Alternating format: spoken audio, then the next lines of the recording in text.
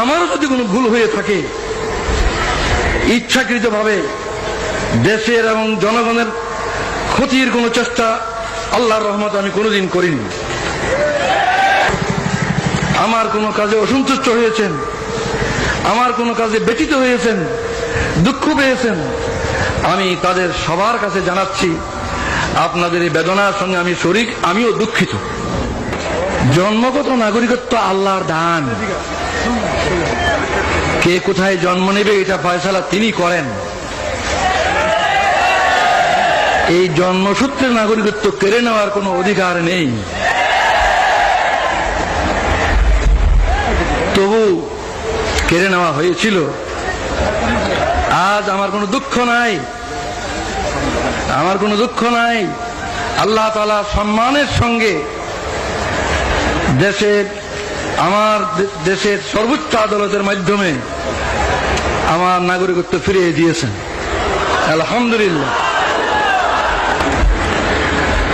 নাগরিকত্ব হচ্ছে সকল অধিকারের ভিত্তি। যদি নাগরিকত্বই স্বীকৃত না হয় তাহলে আর কোনো অধিকারই স্বীকৃত হয় না। যেহেতু সরকার আমার নাগরিকত্ব স্বীকার করেনি এতদিন পর্যন্ত, এই কারণে রাজনৈতিক অধিকারও আমার ছিল না। সরকারের নিকট রাজনৈতিক অধিকার স্বীকৃত ছিল না, আর বাকি অধিকার তো প্রশ্নই ওঠে না। আলহামদুলিল্লাহ, আজ আমি আপনাদের মতো একজন নাগরিক, এই দেশের 12 কোটি মানুষের মতোই আমি একজন জন্মসূত্রে নাগরিক।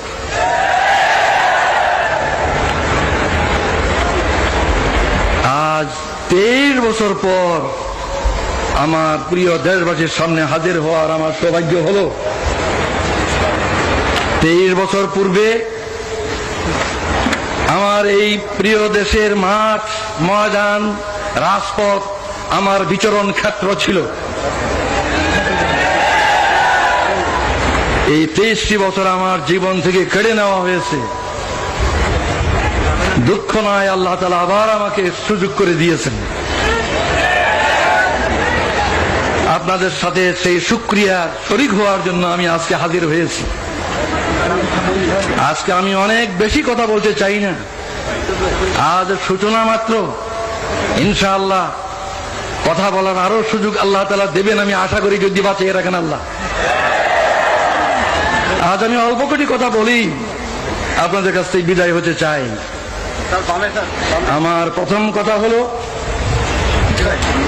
23 বছর পর, বিগত 23 বছরের দিকে আমি দৃষ্টি দিয়ে শ্রদ্ধার সঙ্গে স্মরণ করছি আমার এই দেশের অনেক বড় বড় নেতাকে, যারা দুনিয়া থেকে চলে গিয়েছে। তাদের মধ্যে দুজন নেতা এমন, আইয়ুব খানের স্বৈর শাসন আমলে যাদের সাথে মিলে আমি গণতান্ত্রিক আন্দোলনে একসাথে কাজ করেছি, সেই দুইজন আজকে নেই দুনিয়ায়। তারা হলেন মৌলানা আব্দুল হামিদ খান ভাসানী এবং শেখ মুজিবুর রহমান। এরপর আমি স্মরণ করি আরো দুজনকে, এই দেশে গণতন্ত্র পুনর্বহালের জন্য যাদের অবদান অস্বীকার করার সাধ্য কারণ নেই। সেই দুজনও দুনিয়ায় নেই আজ। একজন জেনারেল আতাউল গনি উসমানী, আর একজন জেনারেল পরবর্তীকালে প্রেসিডেন্ট জিয়াউর রহমান। শ্রদ্ধার সঙ্গে তাদের স্মরণ করি। আরো স্মরণ করি কয়েকজনকে, যারা এদেশে আল্লাহর দ্বীন, আল্লাহর কালিমার ঝান্ডাকে সমুন্নত করার জন্য আজীবন চেষ্টা করে গেছেন। তাদের অবদানকে আমি স্মরণ করি। এখানে একটা গুরুত্বপূর্ণ কথা আমি বলতে চাই, সেটা হচ্ছে রাজনীতির ময়দানে যারা কাজ করেন, বিভিন্ন দলের মধ্যে মতের পার্থক্য থাকা খুবই স্বাভাবিক, এবং এই পার্থক্যের কারণে রাজনৈতিক সিদ্ধান্ত ভিন্ন ভিন্ন হয়। বিভিন্ন দলের বিভিন্ন রকম রাজনৈতিক সিদ্ধান্ত হয়, এবং এক দলের সিদ্ধান্ত আরেক দলের নিকট গ্রহণযোগ্য হয় না। এটা হয়েই থাকে, এটা স্বাভাবিক। এই কারণে আমাদের মধ্যে যে দূরত্ব পারস্পরিক, এই দূরত্ব দূর করতে হবে। আর দূর করার পথ এটাই যে অতীতকে ভুলে যাওয়া। আমার বিরুদ্ধে যারা ব্যাপক অপপ্রচার করেছেন বহু বছর থেকে, আমি তাদের অপপ্রচারকে কিছুই মনে করি না। তাদের বিরুদ্ধে আমার কোনো বিদ্বেষ নাই, আমি তাদের বিরুদ্ধে কোনো অভিযোগ করব না।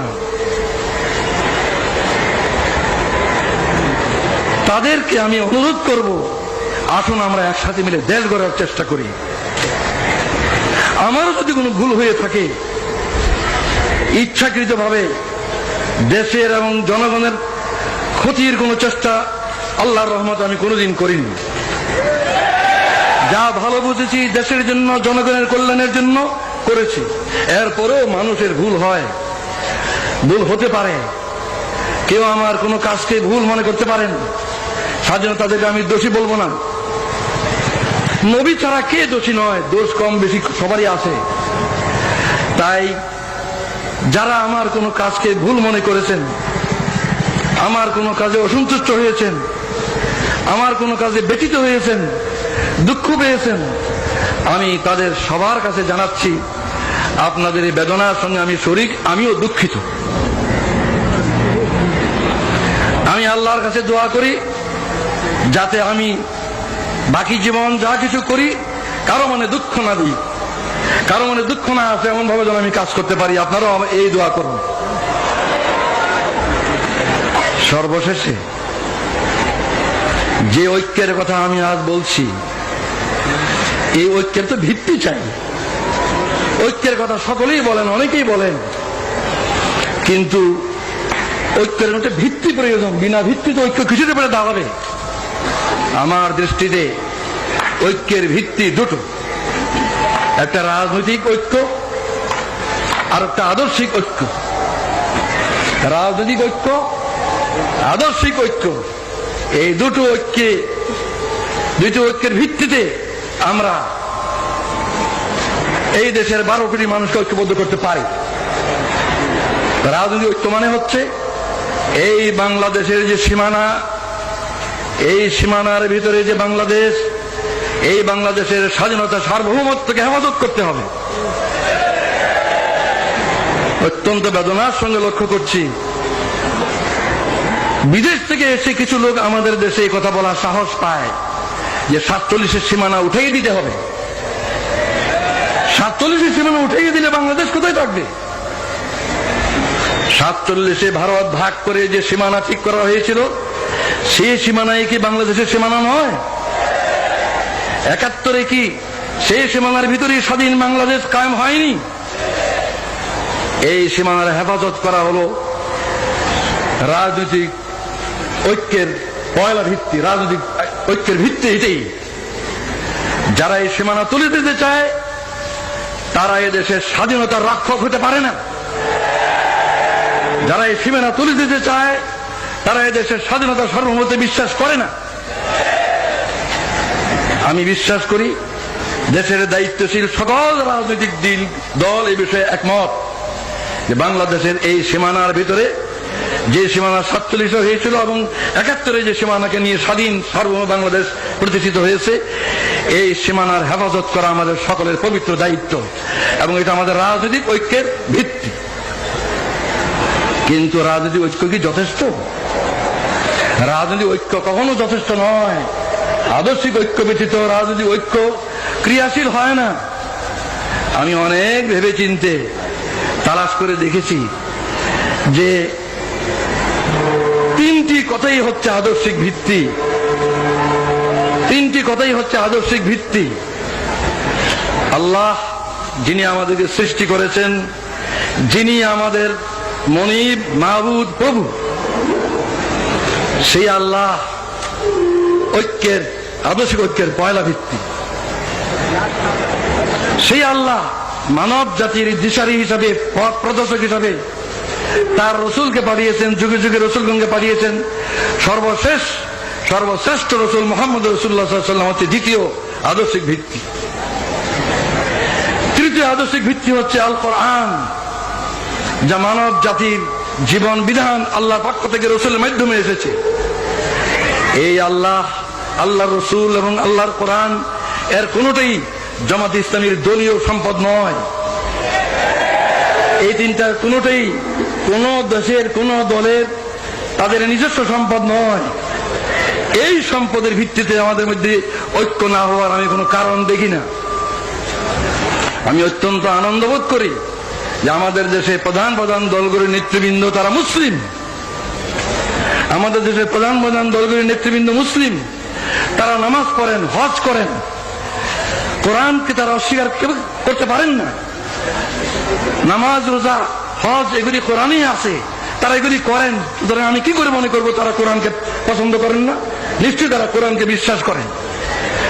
তাই আমি এই আকুল আবেদন জানাই,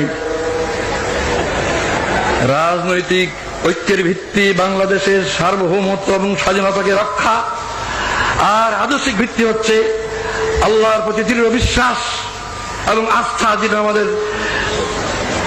আমাদের বাংলাদেশের শাসনতন্ত্রে আছে। দ্বিতীয় মুহাম্মদুর রাসূলুল্লাহ সাল্লাল্লাহু আলাইহি ওয়াসাল্লামের নেতৃত্ব, তৃতীয় কোরআনের বিধান। এই ঐক্যের ভিত্তিকে যদি আমরা গ্রহণ করি, কাল থেকে আমরা দেশ গড়ার কাজ শুরু করতে পারি। আমি বিদায়ের আগে জনাব আব্বাস আলী খান সাহেব, যিনি এতদিন ভারপ্রাপ্ত আমির হিসাবে এই ভার বহন করেছেন, তিনি আমার চেয়ে 7 বছরেরও বয়সে বেশি। আমি 72 আর উনি 79। এই বয়সে উনি যে বিরাট দায়িত্ব পালন করেছেন, আমার কাঁধের বোঝা তার কাঁধে নিয়ে যে দায়িত্ব পালন করেছেন, সেজন্য এই সক্ষমতার জন্য আমি আল্লাহ শুকরিয়া জানাই। আমি তাকে মুরব্বী মনে করি বয়সের দিক দিয়ে। আমি তাকে অনুরোধ জানাই যে তিনি আমার জন্য দোয়া করবেন, যেন আমার বাকি জীবন এই দেশের কল্যাণের জন্য, এই দেশের জনগণের সমৃদ্ধি উন্নতির জন্য, সুখ শান্তির জন্য ঠিক মতো কাজ করতে পারি। আর জাতীয় ঐক্য সৃষ্টির জন্য যে আমি নিয়ত করেছি, সেই নিয়ত যেন আল্লাহ তাআলা আমার পুরা করেন, এই দোয়া করার আবেদন জানিয়ে আমি বিদায় নিচ্ছি। এই বলে আল্লাহু আকবার, বাংলাদেশ জিন্দাবাদ, জামাতে ইসলামী জিন্দাবাদ, খোদা হাফেজ। আসসালামু আলাইকুম ওয়া রাহমাতুল্লাহ।